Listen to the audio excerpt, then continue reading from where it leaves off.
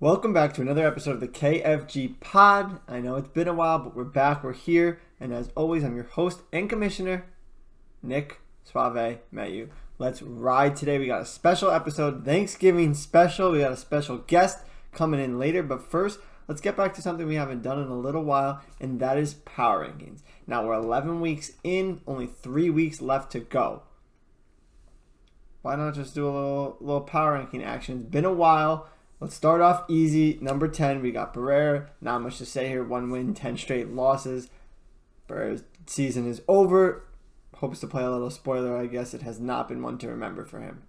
And quite possibly, if he does not win out, he has had the worst record ever in our history here. So, quite possible.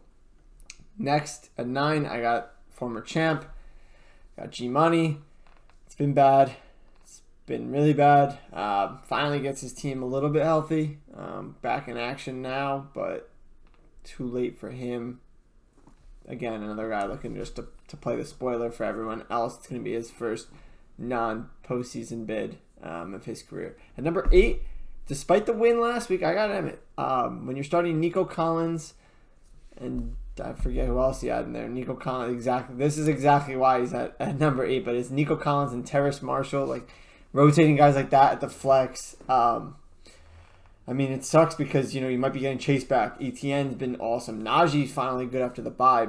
Justin Fields has been electric, now possibly injured. Hawkinson, like his team has kind of been rising up, but still doesn't have the capabilities. And I mean, last week he put up 93 points of win. It's not something to write home about.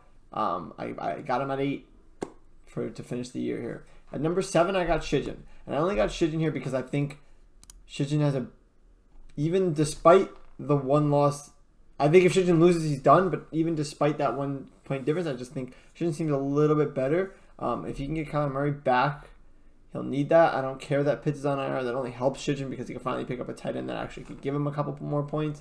But other than that, I like his lineup a little bit better than Emmett's, despite the loss, but that's what Shijin's been doing all year. He's been that 80 to 100 point window, and then he's bursted out for 150. So he has the ability to hit that mark, just like Emmett has as well. They're kind of very similar. I'll give Shijin just a light edge, just in terms of the ability to put up points. I think a little bit better than Emmett, but Emmett gets that advantage with the wins. Tough to say because I think if Shijin loses this week, he's done, and he'll swap right back with Emmett. Not sure we'll see a 6 and 8 team this year in the playoffs. At number 6, I got Cactus.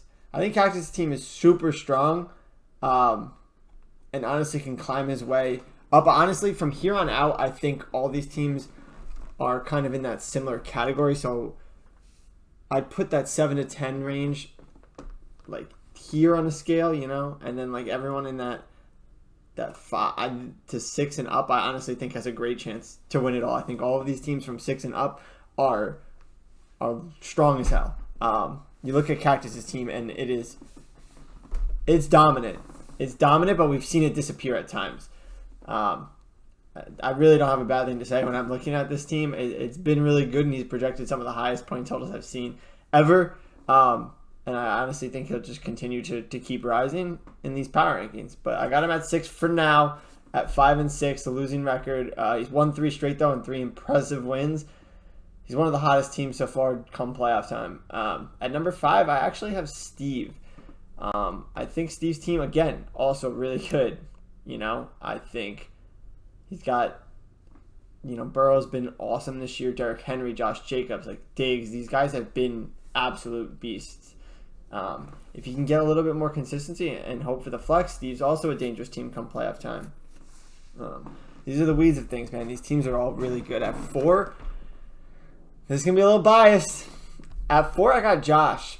I know Josh is 8 and 3, and I got Josh at 4. I think at 8 and 3, I know, but you look outside of that Hurts, Barkley, Jefferson range, and you're like, okay, I mean, Pollard's been a stud. He's been coming back. Hopefully he can get Olave going, but I think the wide receivers and the depth of this team has not been what you might have hoped. With Pittman and Sutton not really performing at their ADP levels, I think it's nice to have that Pollard-Sanders mix because they've been outperforming what they are. Olave had disappeared for a little bit, but was able to come back into the swing of things this week. I got Josh at 4. I know it's a little surprising, I think, but you look at Josh's team and it's kind of been on a downward trend despite picking up some wins. Hopefully, he can kind of turn that back around. I mean, he's still 8-3 and already clinching himself into the playoffs. So, but at number 3 now, the bias kicks in, and I got myself. I think all these teams are super freaking hard to put into a power rankings, and come to the end of the year, the end of the regular season, my last power rankings will be a little bit more lean on who I think will win, and not so much who I think will just kind of get in safely. But I got myself at 3. I honestly think I have one of the best starting lineups. If Herbert has his weapons, I mean, we saw what he could do already on Sunday night, just putting up a decent amount. And I think that's just a weekly performance for him, especially if he has his weapons. If not, we could hopefully see some burst games from him. That's all I've been missing. The tight end is the tight end with everyone, but I think, just looking at my lineup with my running backs, my wide receivers, I got 3 running backs and 3 wide receivers in the top 15 at their respective positions, in the top 12 even. I think just from a lineup standpoint, my lineup's one of the strongest in the league, and with no buys left, this is the team you're seeing from here on out pretty much. At number 2, I got Drew. Now I can see Drew start to slip a little bit without Cooper Kupp. I mean, I think Drew has really solid wide receiver depth. It's sneaky solid. The Lazard, the Paris Campbell, Garrett Wilson's been solid. Josh Palmer has been pretty good. I think he just has sneaky depth. But without Kupp, it's going to be interesting to see how this lineup kind of does. We saw a win last week in a 120 performance. That's fine, but I don't know if that's going to get you a championship, It would be nice to see if you can get a burst and step up from someone else. Looking back on this, maybe I have Drew a little bit too high, but like I said, I think everyone from 6 to 2 is like on top of each other, like breathing down. Like the difference between 6 and 2 is smaller than the difference between 6 and 7. In my opinion, that's how it's going. I think everyone is so super close. It's going to be a great playoff. And then I got Bartis at 1. Just for right now, this is what I'm rolling with. I still think Bartis is the strongest team. I think having those tight ends that can give you 35. I'm not even sure if any of us have 35 points from a tight end all year. Maybe that's just a me thing. Regardless, I like Bartis at number 1. He's possibly going to get Marquise Hollywood-Brown back, which helps that wide receiver spot, helps that flex spot a little bit. Seal that one in. Jonathan Taylor's finally doing Jonathan Taylor things, which is great to see if you're Bartis. Hopefully you can get Josh Allen back to not being such a bum like he's been the past couple of weeks. But he's still the number 2 quarterback on the year. I think Bartis will be just fine, even though he took a light loss in this past week. But yeah, that'll complete my power rankings. I can't emphasize enough how strong I think the top 6 are. But these spots aren't guaranteed. We got 3 weeks left. We'll see things start to maybe shift a little bit. In terms of seeding, I think this is who gets in regardless. But without further ado, I'll bring on our guest and get you into the next segment. Welcoming in our special guest, we got Drew Palmer all the way from Indiana today. Drew, welcome in and happy holidays. Happy Thanksgiving. Thanks for having me. Reporting from Indiana right now in my room. So hopefully everyone enjoyed the holidays. Exactly. Today, Drew and I got a special Thanksgiving episode for all you guys. We're going to go over each team and kind of give a little what everyone would be thankful for or what everyone should be thankful for this year. Sound good? Sounds great. All right. I mean, I'll start it off easy, and we'll kind of just go with our teams first since we're both sitting here. I'll kick it off with your team, and then you can kick it off with my team, and we'll kind of give what we're actually thankful for since we're here right now. When it comes to your team, Drewvy, I was looking at it, and it's tough because you just lost Cooper Kupp, and it would have been a good one. I could have had something good going with the Rams, and Stafford, and Cooper Kupp, but you lost them. Can't be thankful for that. Instead, I think you're thankful for Patrick Mahomes and the Kansas City Chiefs. It's an easy one. It's an obvious one, but because of all your injuries to previous guys, I think it's easy enough to be thankful for him. He's been a fucking baller this year. Currently the quarterback number 1 Yep. He had never really finished like that. He's always been like top 5, top 6-ish, but his dominance this year has kind of propelled you to the top with his constant 30, 40-point outbursts. So I would say you're thankful for Pat Mahomes. Does that ring true? Yeah, actually, from my list, for what I'm thankful for, I really just put Patrick Mahomes. So, Simple he's enough. been the only consistent guy there. Never an injury, nothing scary with him. Just getting averaging 35 points a week right now. So, Can't still complain confident there. a little bit. Still there. Cannot complain with that. Yep. All right. Why don't you True. tell me what I'm thankful for here? All right. So I said, Nick, you finally might have realized that Justin Herbert might not be that good at football. Because I feel like if you had another quarterback, you might have a top 2 team in the league. So maybe don't draft Justin Herbert next year. If you have a Yeah, phenomenal team, I think Justin Herbert's holding you back right now. I would agree with that as well. I think that his weapons coming back might help. I said I agree with it. I probably won't be drafting him, but I think it's a weapons Nice. thing, so hopefully it'll Good. change out. But Yeah. I said I'm thankful for Barrera. And this is because during the draft, many of you know, I listened to the fantasy footballers. So Barrera started drafting all the players that they were recommending in front of my pick, literally one before me, every single round. So therefore, I couldn't draft him and have a 1-in-10 team. And instead, I got to take other players who I never thought I would take that just fell to me. And I'm looking upwards right now, and I like my team in the way So it were looks. these all the running backs that you took early? So everyone. I mean, he took Javante. Everyone? I know he took Chase Edmonds at some point. Gabe Davis was on there. Brandon Cooks is a late pick. I like Brandon Cooks. And all of these guys have sucked and hurt his team. And instead I get, guys like Nick Chubb and A.J. Brown and random fillers flyers throughout the draft. But happy with who he stole from me. Thank you, Barrera. Yeah, exactly. Speaking of Barrera, why don't we just talk about what he's thankful for this year? Because I'm sure it's not a Great lot. transition. Yeah, right into that. I said he's thankful that there's only 3 weeks left because it's been a bad year Okay. for Barrera, and it's almost over for him now. What do you What do you got? That rings true. I there's said not that much. he might have learned a valuable lesson on not overloading on just one position, especially being running backs, because this is like a wide receiver year. Like the top 10 running backs aren't really gonna win your league, I'd say. Maybe draft a receiver in the first 5 rounds. I think that'll help out. That might help. You go into a season with Gabe Davis and Brandon Cooks. He finally learned something this year. Maybe don't take a bunch of running backs to start. I like it. Yeah. Definitely a learning process for Barrera this year. I'm sure he'll be back next year. I don't know if he'll be back next year, but we hope he's back next year and a little bit stronger than he was this year. Please come back. We need you, We man. definitely want Barrera back. If he even listens, I'm not even sure if he pays attention to anything that goes on in fantasy football with us anymore. see. But hopefully. Another disappointing team, and I'm just going to keep rattling off new teams to throw into the fold here. Let's go with another disappointing team, and that's Greg. Greg's had a very disappointing year as well. What do you think he's thankful for this Thanksgiving?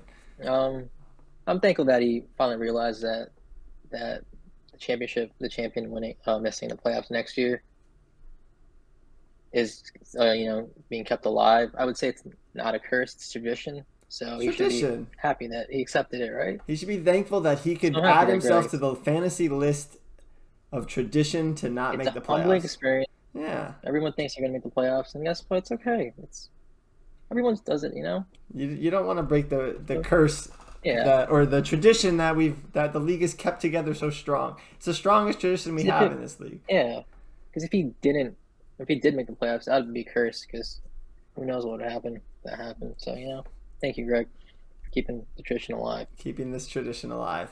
For me, I said he's thankful that he got his win last year, because looking at this year, if he lost in the championship yet again, and he came into this year, it would have been whole different. Being when you're sitting at 3-7 or 3-8 at this point in the year, whatever he is, I think you're happy that at least you have a championship under your belt and not someone else like the rest of a couple of us are. A couple. It definitely makes it a little sweeter. Sure. So thankful for his win last year for sure. Come this big holiday win, season. big win. Yeah, exactly. Anyone else you wanted to jump into, or do you want me to fire off a new team? I guess we can do. We'll start. We'll do Sidge. Why not Sidge? Shizin, all We're right. talking about teams that are underperforming, Just unfortunately. keeping it going. I mean, Yeah. he is 4-7. He still has a small hmm chance, I think, to sneak his way in. But what's he thankful for this Thanksgiving? I just said that. He actually didn't have a bad draft. I think his wide receivers might be some of the most talented, and his running backs look phenomenal. Joe Mixon, Kamara. It's just been a little tough year for Sidge. And I did say OBJ coming back could really make sure that he has like the best receivers in the league. 'Cause he's coming back to the Giants, and he's gonna be the wide receiver one the rest of the year. Great pickup, Sidge. Play spoiler. Yeah, I mean, he can play spoiler, but I think he's thankful his team's finally performed. He's hmm thankful that he still has a small chance with 3 weeks left. Nothing crazy. I Yeah, mean, it's better to have a chance than to not have a chance at all. yeah, Obviously, it'll true. probably take him winning the next 3 games, but I mean, he's got the team strong enough to do that. So, it's not all but done for Shichin just yet. Yeah, rooting for you. He's still got a small chance. I'm not rooting for him because I'm Mhm. playing him this week, but Oh, I'm sorry. hoping to destroy those chances.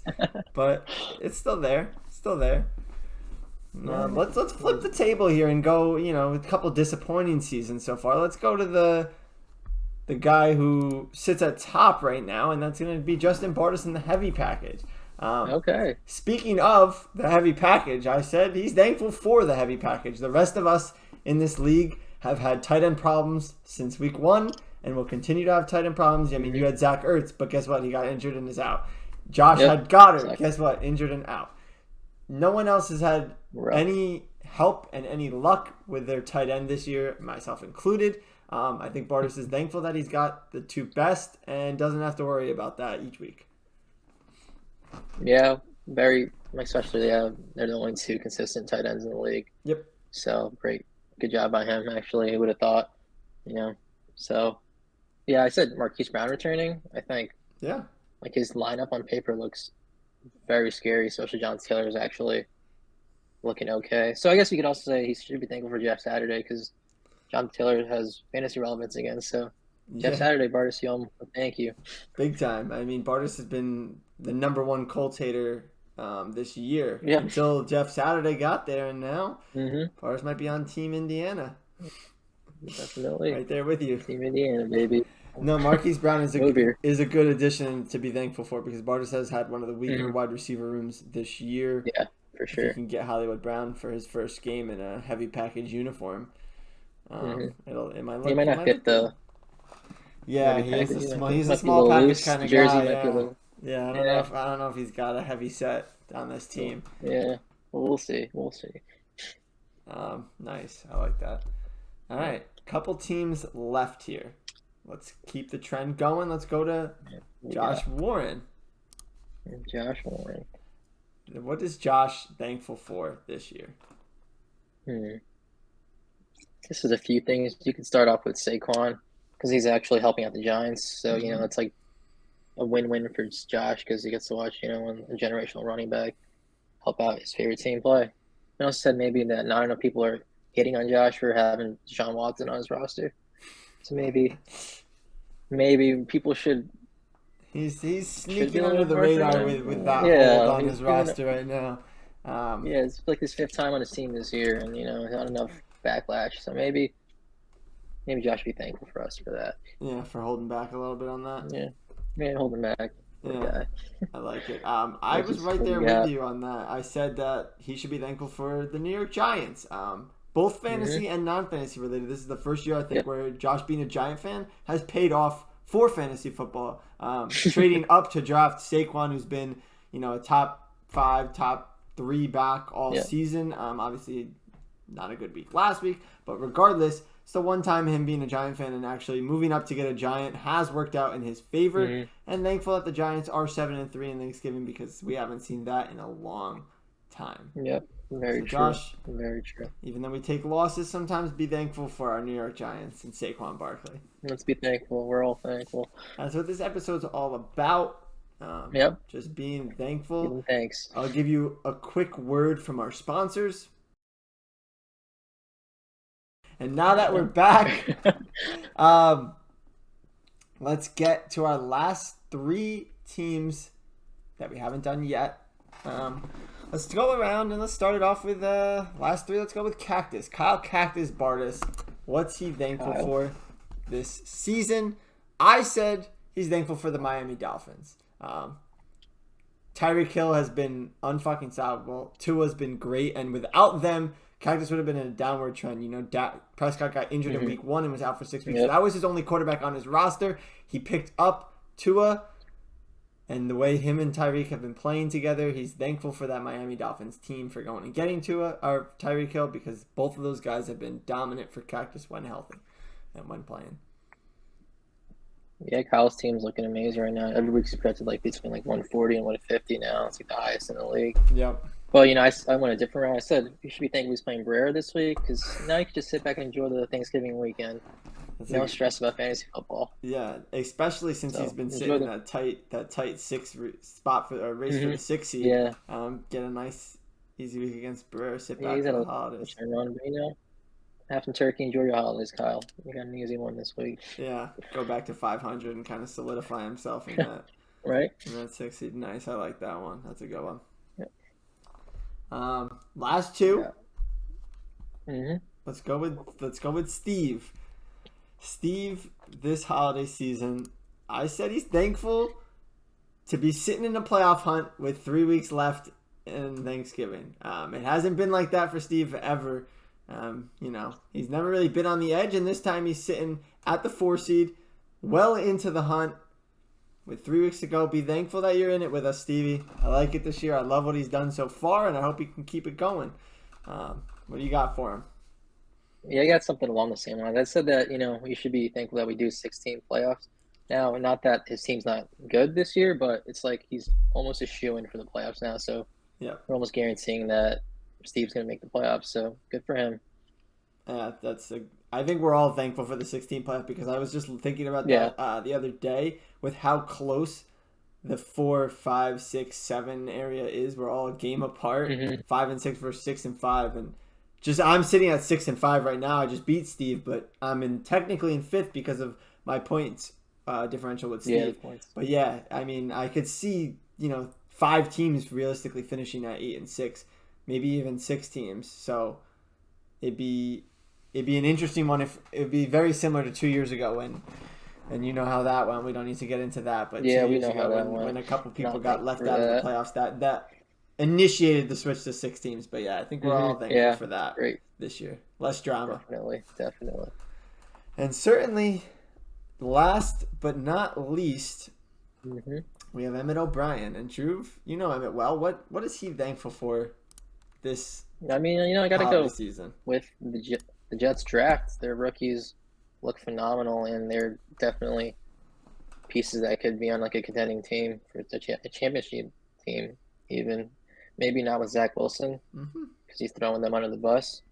But, Garrett Wilson and Breece Hall both are very, very good. And I'm very excited to watch them play, maybe with a different quarterback under center. Yeah. I mean, a non-fantasy route by you, but I like it. It's okay to be thankful for the Jets and maybe not fantasy and how it's gone so far. Yeah. I would say Emmett's thankful for the rookies, but he's really not. He drafts them every year, so maybe he's thankful that he could finally stop drafting all the young guys. It has not worked out in a couple of years since he's been doing it, and maybe he take a step back and get to learn from how he won the first year. Also something to be thankful for, to have that championship. Yeah. But other than that, maybe take a step back from the young guns, because they haven't really been helping him out in fantasy so far. So maybe take a sophomore next year. Yeah, maybe a couple juniors, a couple 3-year guys, 4th-year guys even maybe. Yeah. Maybe have a player over like 26 on the team. Yeah. Maybe one 27-year-old, mix him in. Get an old man. He doesn't have that veteran leadership in the clubhouse. He's too young. Someone like that. I like it. So, hey, we went over. That's what everyone's thankful for. I mean, just coming from us as a league, Drew, we're thankful for you and everything that you created with our website and all the new additions that you did. I was about to say thankful for you for always continuing to post content throughout the year, great podcast host. Love having you as a commissioner. Yeah, I would love having you as a guest on the pod. Thank However you. it goes, we're thankful for everyone this holiday season as well, everyone in the league, because you guys are what makes this league great, and you guys help to keep fantasy great. That's the name. Hey, from yours here at the KFG Pod, everyone have a happy holidays. Best of luck Happy holidays. this weekend in fantasy and the rest of the season. We'll talk soon, everyone. Drew, thank you for coming on. Got it anytime. Appreciate Happy it. Tofurkey Day, everybody. Exactly. Happy Thanksgiving, everyone. And always remember, keep fantasy great.